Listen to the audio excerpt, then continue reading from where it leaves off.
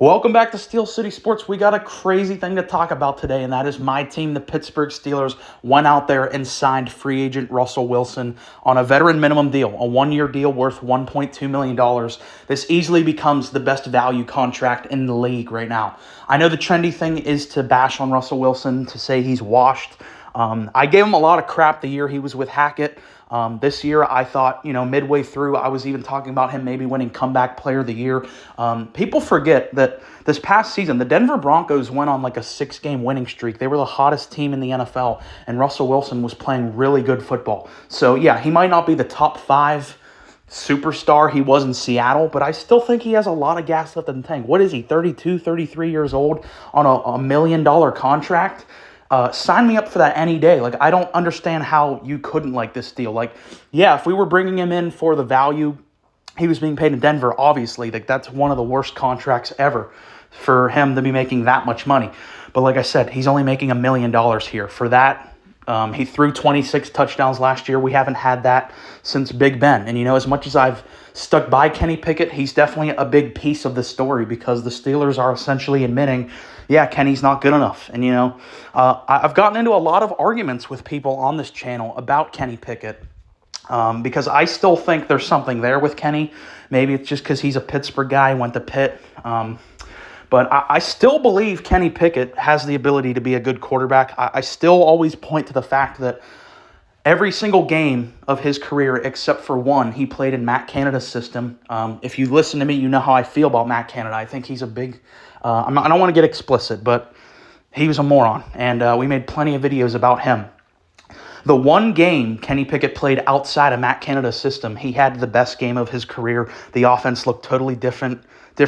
Opening up the middle of the field, the run game was a lot better, and it was just overall a very cohesive, better team when Canada wasn't calling the plays. Then obviously Kenny got hurt, and Rudolph went on the run, and people say, oh, well, yeah, Mason Rudolph looked so good. Well, no, I think it has more to do with the play calling. You just no longer had an incompetent guy calling plays.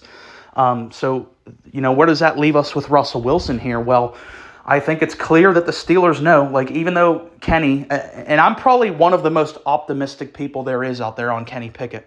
So, and I'm willing to admit that, yeah, he still needs a lot of development. And if the Steelers, I think they're in a win-now mode. Not that I think we have a good enough team to win a Super Bowl, but this at least gives us a fighting chance, because you look at a lot of our best players are getting up there in age. T.J. Watt, I think, is a generational defensive talent. He's not getting any younger. Cam Hayward's getting up there. Minka's getting up there. So, to me, this feels like, again, when you just look at the contract, it's like, why not? And, it's definitely a clear upgrade over the guys we have on the roster. And I think that this is a much better environment for Russell Wilson than the Denver Broncos were. From not only a roster standpoint, I think we have far better offensive personnel than the Denver Broncos, but also from a coaching standpoint. Like, right off the bat, Sean Payton and Russell Wilson did not click whatsoever. All reports point to that, and we saw it on the field. We saw Sean Payton screaming at Russell Wilson. And Sean Payton was very public, very vocally anti-Russell Wilson, and cut him the first day he was allowed to do that. So, you look at our players, George Pickens, Deontay Johnson. We have a great running back tandem of Warren and Harris. Our offensive line isn't great, but, I don't think it's anything. I don't think it's far off from Denver's offensive line. I think it's definitely trending in the right direction with the emergence of Broderick Jones. And like I said, from a coaching standpoint, I think Mike Tomlin's just going to kind of let Russell Wilson do what he wants to do. That's kind of Tomlin's MO is, a player's coach. He's not going to be as aggressive towards Russ like Sean Payton was. Whether that's a good or a bad thing, I don't know. We'll see how it plays out. But Arthur Smith now, he's going to be working a lot with him. So I think it's really, really interesting. I'm glad the Pittsburgh Steelers did this because it's not like the Steelers to do a move like this, because usually we're very loyal to the players we draft, and we're very traditional. We don't like going out and making big, bold moves, especially at the quarterback position. So for them to do this, I give them a lot of credit. And like I said, for the value of the contract, I don't think there's better value in the entire league right now. So I'm really excited to see this. There's a lot of newness in Pittsburgh, with our new starting quarterback and a new offensive coordinator. I'm really excited to watch it play. Obviously, we have a lot of time till the NFL season starts.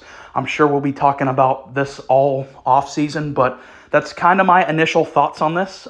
So if you're a Steelers fan, if you're not a Steelers fan, I don't care. I want to hear your thoughts in the comments down below.